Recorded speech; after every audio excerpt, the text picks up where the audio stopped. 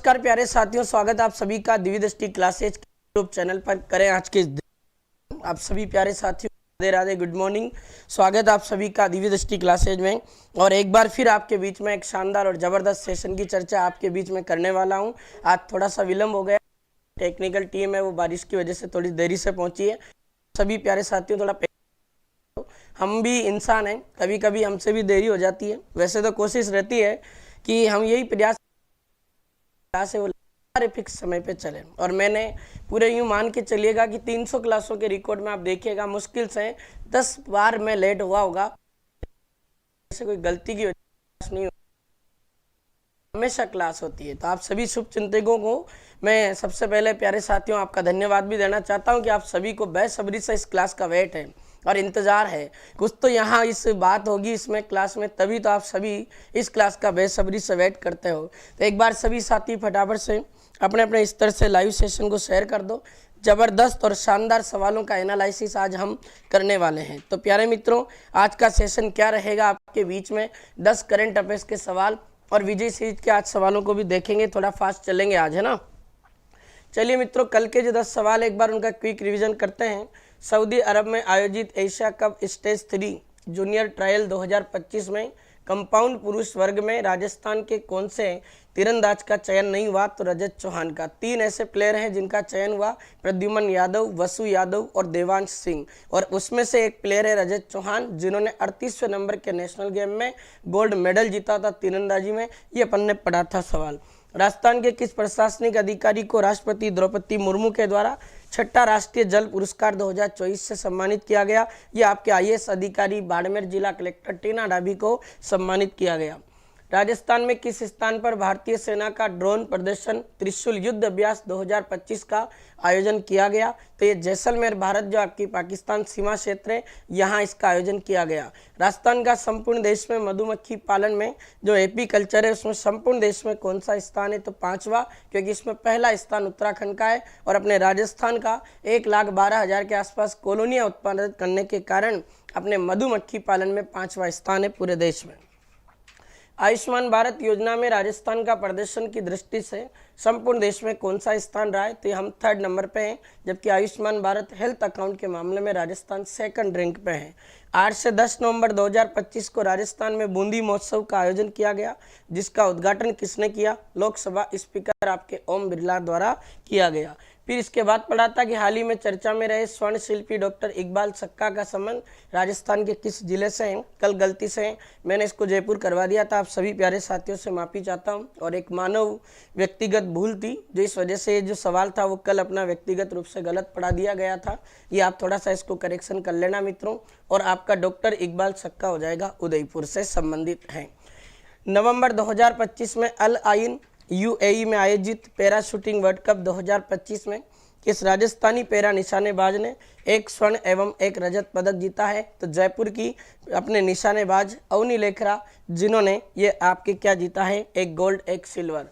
30 नवंबर 2025 को महर्षि वेदव्यास प्रतिष्ठान संस्थान पुणे द्वारा किस राजस्थानी को महर्षि वेदव्यास पुरस्कार 2025 से सम्मानित किया जाएगा?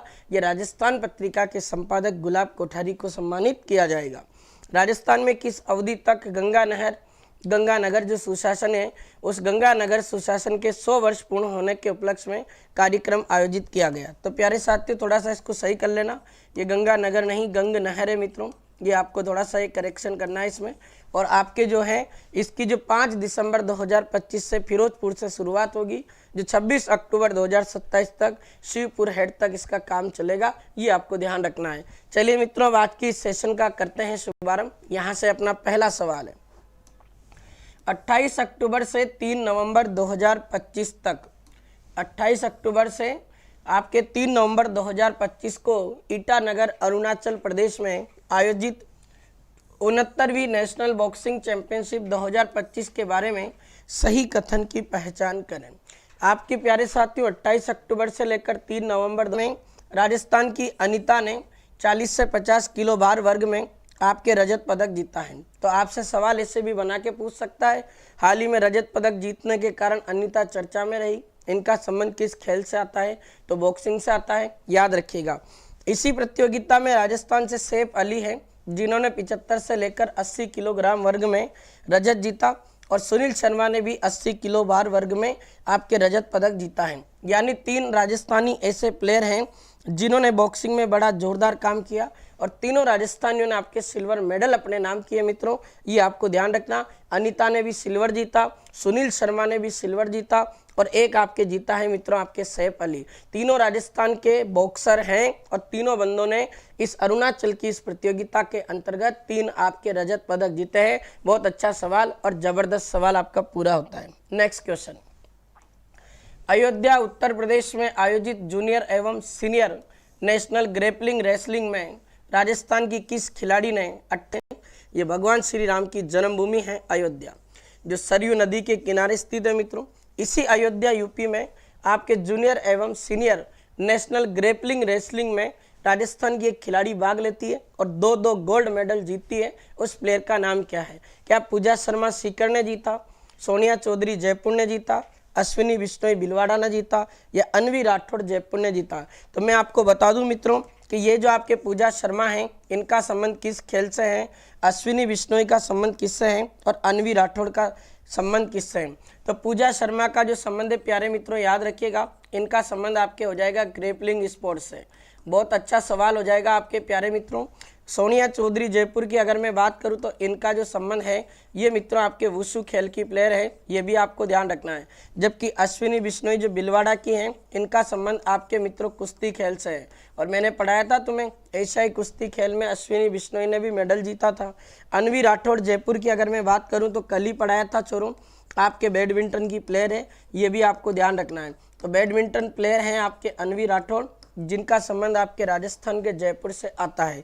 तो उसने सवाल पूछा कि अयोध्या की इस प्रतियोगिता में जूनियर सीनियर जो आपकी नेशनल ग्रेपलिंग रेसलिंग चैंपियनशिप हुई, इसमें किस राजस्थानी ने 58 किलो बार वर्ग में आपके 2 गोल्ड मेडल जीते हैं? तो सीकर की पूजा शर्मा ने ये 2 गोल्ड मेडल अपने नाम किए। बड़ा जबरदस्त और शानदार सवाल। अब देखिएगा प्यारे साथियों, एक जबरदस्त सवाल और आपको ध्यान रखना है। अगर आपसे सवाल पूछा जाए मित्रों कि राजस्थान में जो आपके ये ग्रेपलिंग जो संघ है, इसके अध्यक्ष कौन है? बड़ा प्यारा और शानदार सवाल। राजस्थान ग्रेपलिंग संघ के अध्यक्ष के रूप में आपके कौन नियुक्त किए गए हैं?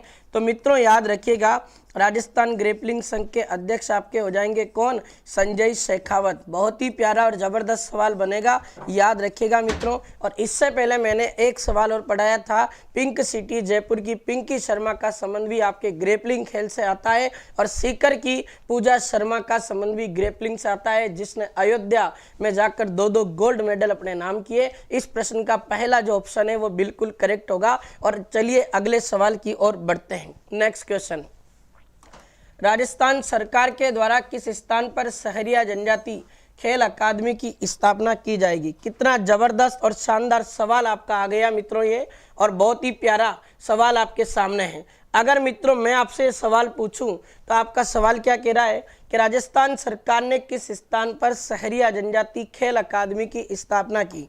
बहुत ही प्यारा और जबरदस्त सवाल है। अगर अपन इस जनजाति की बात करें मित्रों तो इसका जो मुख्य क्षेत्र है वो 12 जिले की 2 तहसीलें हैं। एक तहसील का नाम आता है आपके शाहबाद, और एक आपके तहसील का नाम आता है लाडलो किशनगंज। शाहबाद किशनगंज तहसील 12 इस जनजाति का मुख्य क्षेत्र है, और 12 के पश्चात ये जनजाति आपके राजस्थान में कोटा में निवास करती है। ये पिछली बार 3rd ग्रेड टीचर में सवाल था, सहरिया जनजाति का दूसरा मुख्य क्षेत्र बताइएगा, कोटा। अब मैं आपको बता दूं छोरों, आओ तगड़े सवाल की ओर चलते हैं। अभी तो एक आपके सवाल पूछा जाता है और बड़ा प्यारा और जबरदस्त सवाल होगा। अगर मित्रों आपके सवाल आ जाए, राजस्थान की एकमात्र आदिम जनजाति बताओ। आदिम मतलब आज भी वो जनजाति जंगल में रहती है और जंगल में रहकर अपना जीवन यापन करती है।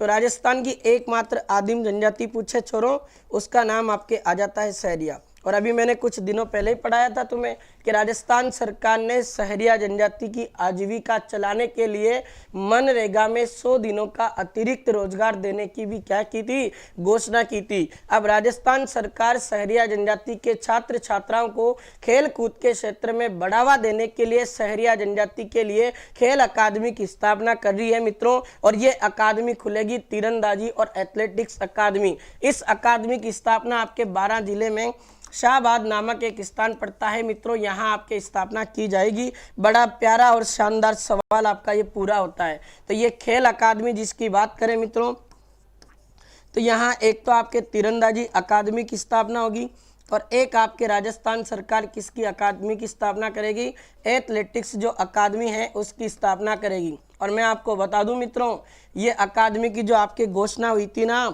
ये घोषणा आपके राजस्थान सरकार ने कौन से बजट में की थी, तो मित्रों 19 फरवरी को जो दिया कुमारी ने 2025 और 26 का जो बजट पेश किया था उसमें कहा था कि हम सहरिया जनजाति का विकास करने के लिए एक तीरंदाजी और एथलेटिक्स अकादमी खोलेंगे। ये 12 जिले के शाहबाद नामक स्थान पर खोली जाएगी। ये आपका जबरदस्त और शानदार सवाल पूरा होता है मित्रों, याद रखिएगा। शाहबाद 12 में आपकी सहरिया जनजाति खेल अकादमी की स्थापना की जाएगी। चलिए नेक्स्ट क्वेश्चन, राजस्थान के किस विभाग द्वारा प्रदेश में पहली बार हाइब्रिड एन्युटी मॉडल HEM आधारित 5 आपके जल आपूर्ति परियोजनाएं शुरू की गई? क्या गजब का सवाल है छोरों, आ गया तगड़ा सवाल, लगा लो रे, वेरी इंपॉर्टेंट, 2026 की 3rd ग्रेड एग्जाम में छपेगा छोरों। जबरदस्त और शानदार सवाल है। और मैं फिर कह रहा हूँ RPSC हो या अधीनस्थ बोर्ड हो, उसके कई ऐसे सवाल है जो आपके सामने करंट अफेयर्स की क्लास से छपे हैं। और यकीन नहीं होता तो आप शॉर्ट्स चेक कर लीजिएगा, चाहे वाहन चालक हो, चाहे प्लाटून कमांडर हो, चाहे RPSC 2nd ग्रेड हो, चाहे वीडियो हो, पटवार हो, 4th ग्रेड हो, आपका कोई एग्जाम उठा के देखो। एक बार इसी के लिए प्यारे साथियों क्लास को लाइक और शेयर कर दो। और बढ़िया जबरदस्त और शानदार अपन पढ़ने वाले हैं, गजब की ये सेशन आपके बीच होगा। आप सभी क्लास को जरूर लाइक और शेयर जरूर कीजिएगा मित्रों, ये आप जरूर करें। अब देखिए राजस्थान में कौन से डिपार्टमेंट ने प्रदेश की पहली बार अपने हाइब्रिड एन्युटी मॉडल आधारित 5 जल आपूर्ति योजनाएं शुरू की हैं। तो ये आपका एक डिपार्टमेंट आ जाता है मित्रों, उस विभाग का नाम आता है आपके जन स्वास्थ्य अभियांत्रिकी विभाग, जिसको प्यारे मित्रों हम PHED के नाम से भी जानते हैं, पब्लिक हेल्थ इंजीनियरिंग डिपार्टमेंट। और मैंने आपको खूब पढ़ा रखा है मित्रों, ये जो डिपार्टमेंट है अभी इसके मंत्री कौन है ये भी पढ़ाया था मैंने। तो इस डिपार्टमेंट के मंत्री हैं आपके कौन, कन्हैयालाल चौधरी, याद रखना भाई। और अभी एक सवाल और बता देता हूँ, जल संसाधन विभाग का मंत्रालय पूछे किसके पास है, ये भी आपको पढ़ा चुका हूँ मित्रों। जल संसाधन मंत्री आपके सुरेश सिंह रावत है। इसी के साथ PWD जो सार्वजनिक निर्माण विभाग है, इसका मंत्रालय आपके किसके पास है, तो ये भी आपको बता रखा है, आपके राजस्थान की डिप्टी CM दिया कुमारी के पास है। इसी के साथ अगर मैं महिला बाल विकास अधिकारिता विभाग की बात करूँ तो ये महिला बाल विकास अधिकारिता जो विभाग है ये भी किसके पास है मित्रों, तो ये भी आपके दिया कुमारी के पास है। इस तरीके से ये जो आपका सवाल है मित्रों ये पूरा होता है। और 5 आपके जो पेयजल परियोजनाएं शुरू की है, कहाँ कहाँ शुरू की गई है एक बार उनको देख लेते हैं। हाइब्रिड जो एन्युटी मॉडल आधारित जो आपकी 5 जल आपूर्ति परियोजनाएं हैं प्यारे मित्रों, एक तो करौली और सवाई माधोपुर जो जिले हैं इनमें चंबल नदी से जल आपूर्ति की जाएगी। और करौली और सवाई माधोपुर के कितने जिलों में, 1426 गांवों में, 1426 गांव का चयन किया गया है करौली और सवाई माधोपुर के लिए। और ये जल आपूर्ति कौन सी नदी से की जाएगी, आपके चंबल। और राजस्थान में आपकी सबसे लंबी नदी राजस्थान की कौन सी है, वो है आपके चंबल। अगर मैं इसी के साथ बात करूं अलवर और भरतपुर जिलों की, तो अलवर भरतपुर के 1237 गांवों के लिए भी आपके कौन सी नदी से वाटर सप्लाई की जाएगी, यहाँ भी आपके चंबल नदी। तो अलवर, भरतपुर, करौली, सवाई माधोपुर यानी ABCD याद रख लेना छोरों, ABCD। A से अलवर, B से भरतपुर, C से करौली और D से धौलपुर। इन चारों जिलों में अगर बात करें मेरे मित्रों तो आपको ध्यान रख लेना है, ये आपके जो अलवर, भरतपुर, करौली, धौलपुर, सवाई माधोपुर, पूर्वी राजस्थान वाला जो सेक्टर है यहाँ आपके चंबल नदी से वाटर सप्लाई की जाएगी। इसी के साथ अगला देखिएगा, ये वापस आ गया धौलपुर का नाम, भरतपुर का नाम। धौलपुर और भरतपुर के 470 जो गांव हैं उनमें एक काली तीर जल आपूर्ति परियोजना है। और बहुत ही प्यारा और इम्पोर्टेंट सवाल है, इस वाले पॉइंट को छोड़ो, इम्पोर्टेंट कर लेना भाई। ऐसा भी पूछ सकता है कि काली तीर जो नामक जो सिंचाई जल परियोजना, इसका संबंध किस जिले से और किस नदी से है? तो जिला हो जाएगा मेरे लाडले धौलपुर और नदी हो जाएगी मेरे भाई चंबल। याद रख लेना रे छोरो, तगड़ा सवाल है। ABCDS अलवर, भरतपुर, करौली, धौलपुर, सवाई माधोपुर, नदी हो जाएगी रे चंबल। कौन सी नदी छोरो? चंबल, याद रख लेना।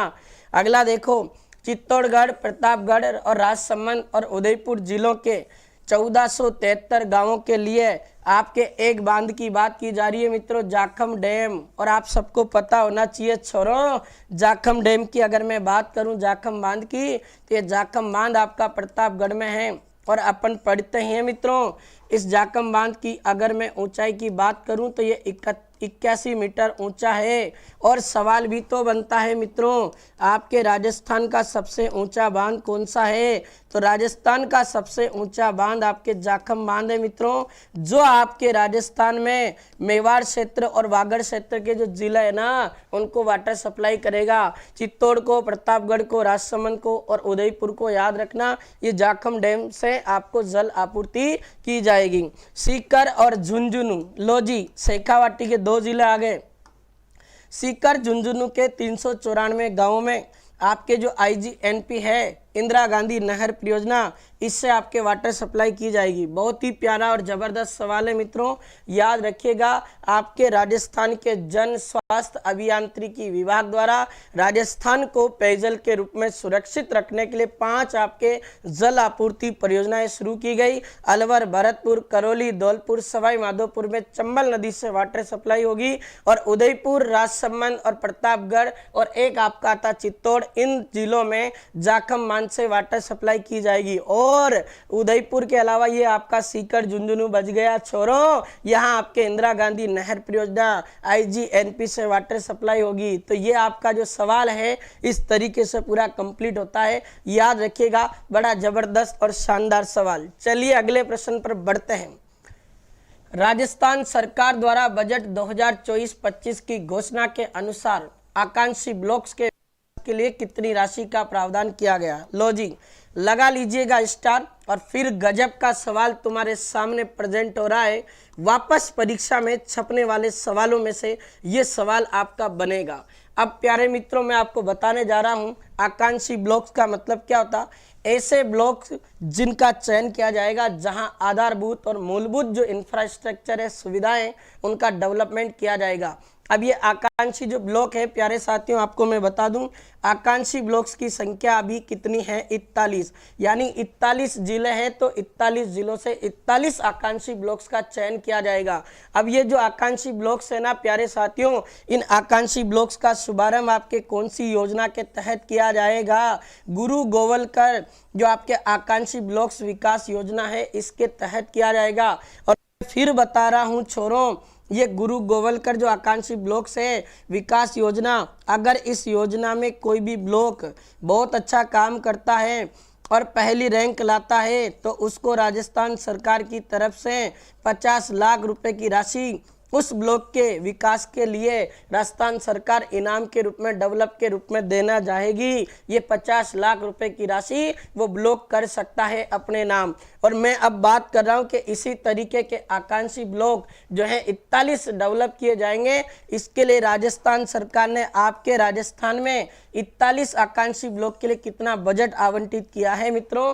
तो 75 करोड़ रुपए आपके राजस्थान सरकार आकांक्षी ब्लॉक्स के लिए अपने राजस्थान में खर्च करेगी। ये सवाल आपसे पूछा जा रहा है और मैं आपको बता ही चुका हूं कि राजस्थान सरकार का जो आपके 2025 और 26 का जो बजट था, ये आपके राजस्थान सरकार में किसने प्रस्तुत किया था और कब आपके प्रेजेंट किया था? तो मित्रों मैं आपको बता दूं, 19 फरवरी 2025 को आपके राजस्थान की डिप्टी CM, जिन्हें आपके वित्त मंत्रालय भी दे रखा है, फाइनेंस डिपार्टमेंट दे रखा है, उन्हीं वित्त विभाग की मंत्री जिनका नाम आपके आता है छोरों दिया कुमारी, उन्होंने ये राजस्थान का बजट पेश किया था। उस समय ये घोषणा हुई थी कि हम राजस्थान में गुरु गोवलकर आकांक्षी ब्लॉक विकास योजना ला रहे हैं, जिसके तहत 75 करोड़ रुपए से राजस्थान के 41 ब्लॉक्स का हम डेवलपमेंट करके काम करेंगे। ये आपका सवाल पूरा हुआ, तगड़ा और शानदार सवाल।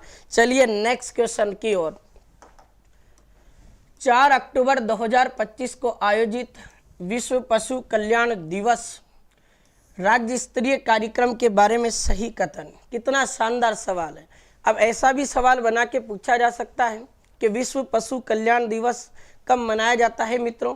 तो आप ध्यान रखिएगा, विश्व जो पशु कल्याण दिवस है वो आपका 4 अक्टूबर को मनाया जाता है। पशु कल्याण दिवस, बहुत ही शानदार और ज़बरदस्त सवाल।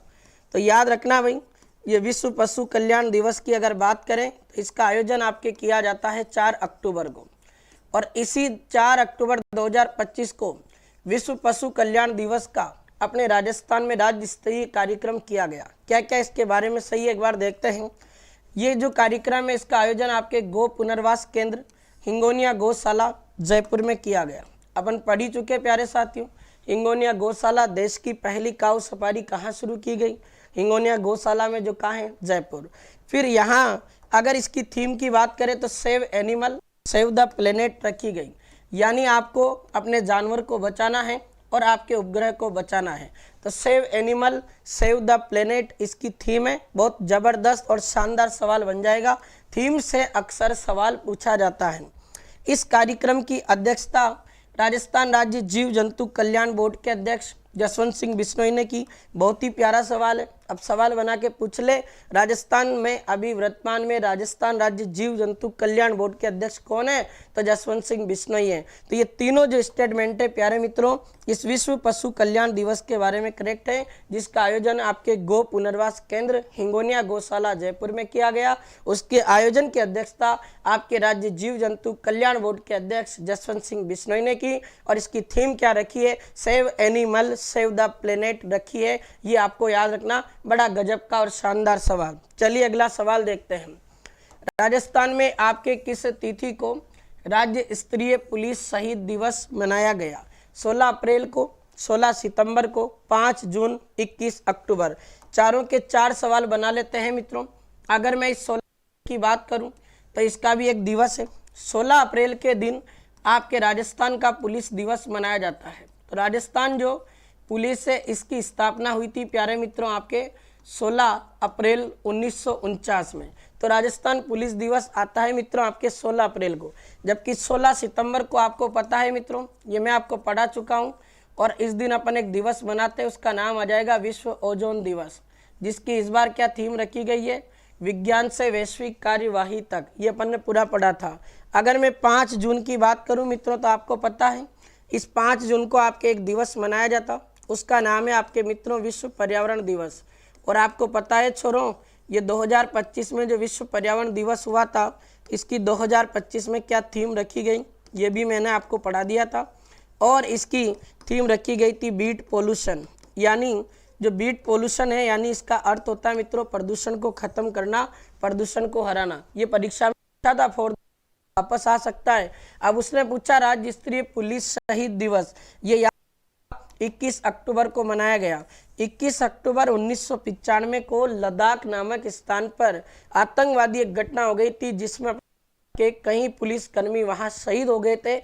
आज भी हम उन पुलिसकर्मियों की शहादत के रूप में 21 अक्टूबर को हर साल हम पुलिस शहीद दिवस का आयोजन करते हैं। ये याद रखना। क्वेश्चन 1 अक्टूबर 2025 को राजस्थान रोडवेज का कौन सा स्थापना दिवस मनाया गया? कितना शानदार सवाल है प्यारे साथियों। आप सभी RSRTC से परिचित होंगे। ये जब अपन राजस्थान की रोडवेज बस में बैठने जाते हैं तो सबसे पहले हमें ये शब्द देखने को मिलता है। ये आप देखिएगा, ये आपके सामने राजस्थान रोडवेज बस है।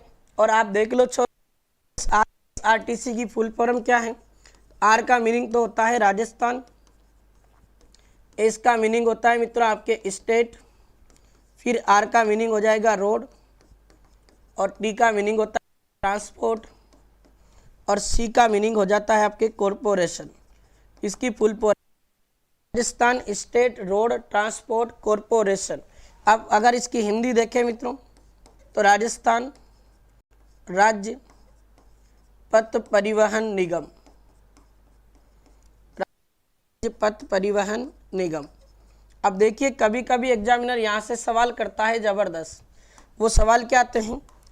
अगर मैं इस एसआरटीसी की स्थापना की बात करूं तो याद रखना मित्रों 1 अक्टूबर 1964 में इसकी स्थापना की गई और आरएसआरटीसी का मुख्यालय आपके आ जाता है मित्रों जयपुर।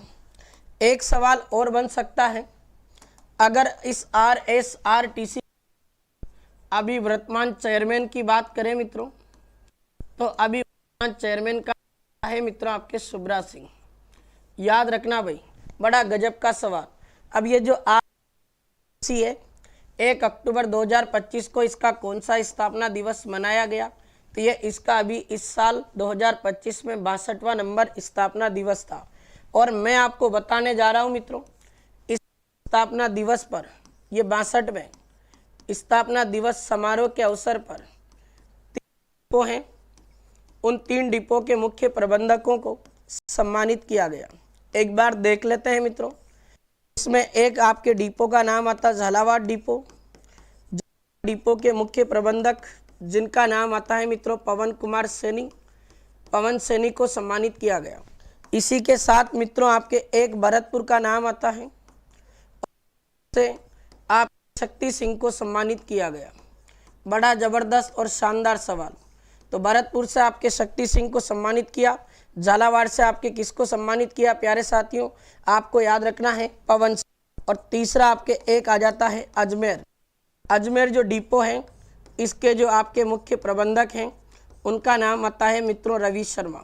ये 3 ऐसे व्यक्ति हैं जिन्हें इस बार एसआरटीसी जो है उसके 62वें स्थापना दिवस के दौरान सम्मानित किया गया। ये आपके बीच में जबरदस्त और शानदार सवाल। और फिर कह रहा हूं लगा लो वेरी इंपॉर्टेंट, कोई न कोई तो सवाल वापस में चमक जाएगा। कहीं नहीं तो यही पूछ लेगा आरएसआरटीसी की स्थापना कब हुई, इसकी फुल फॉर्म बताओ। तो याद होना चाहिए रे, झालावाड़ भरतपुर अजमेर के डिपो ने तो कमाल कर दिया, बेहतरीन सुविधाएं दी, यात्रियों को समय पर बसें पहुंचाने का काम किया। झालावाड़ के पवन सैनी, भरतपुर के शक्ति सिंह और अजमेर के रवि शर्मा। क्या बात है, झालावाड़ से पवन, भरतपुर वालों ने शक्ति दिखा दी और अजमेर वाले तो रवि हो गए। ये आपको ध्यान रखना है। गजब का सवाल और शानदार सवाल। ये पूरी डिटेल आपको मैंने पढ़ा दी कंप्लीट। नेक्स्ट क्वेश्चन, 4 से लेकर 6 जनवरी 2026 को राजस्थान में किस स्थान पर राजस्थान फेस्ट टाई ग्लोबल का आयोजन किया जाएगा? लगाओ वेरी इंपॉर्टेंट, 2026 का सवाल आज ही पढ़ा रहा हूं छोरों, क्योंकि करंट में आ चुका है और आपके राजस्थान में इसका आयोजन किया जाएगा। क्या गजब का सवाल आपके सामने और की बात कर रहे हैं मित्रों। करना चाहूंगा लाइव सेशन को आप कर दे मित्रों, अगर वास्तव में आपको पढ़ने में आनंद आ रहा है और नहीं आ रहा है तो फिर वो बात अलग है, आपका मन है। ठीक है मित्रों, याद रखना। चलो, DG fest tie global summit का उद्देश्य क्या है प्यारे साथियों? आप देख रहे हो कि एक फोक चल रहा है आर्टिफिशियल इंटेलिजेंस है मित्रों, कृत्रिम बुद्धिमत्ता वाला मामला। ये आपके जो प्यारे साथियों, ये आपके जो एआई है, इस एआई ने तो हालत खराब कर रखी है भाई। कई ऐसे लोग हैं जिनको डर लग रहा है कि एआई आने के बाद में क्या होगा। इस एआई के युग में राजस्थान कैसे वैश्विक स्तर पर अपना कार्य कर सके, उसके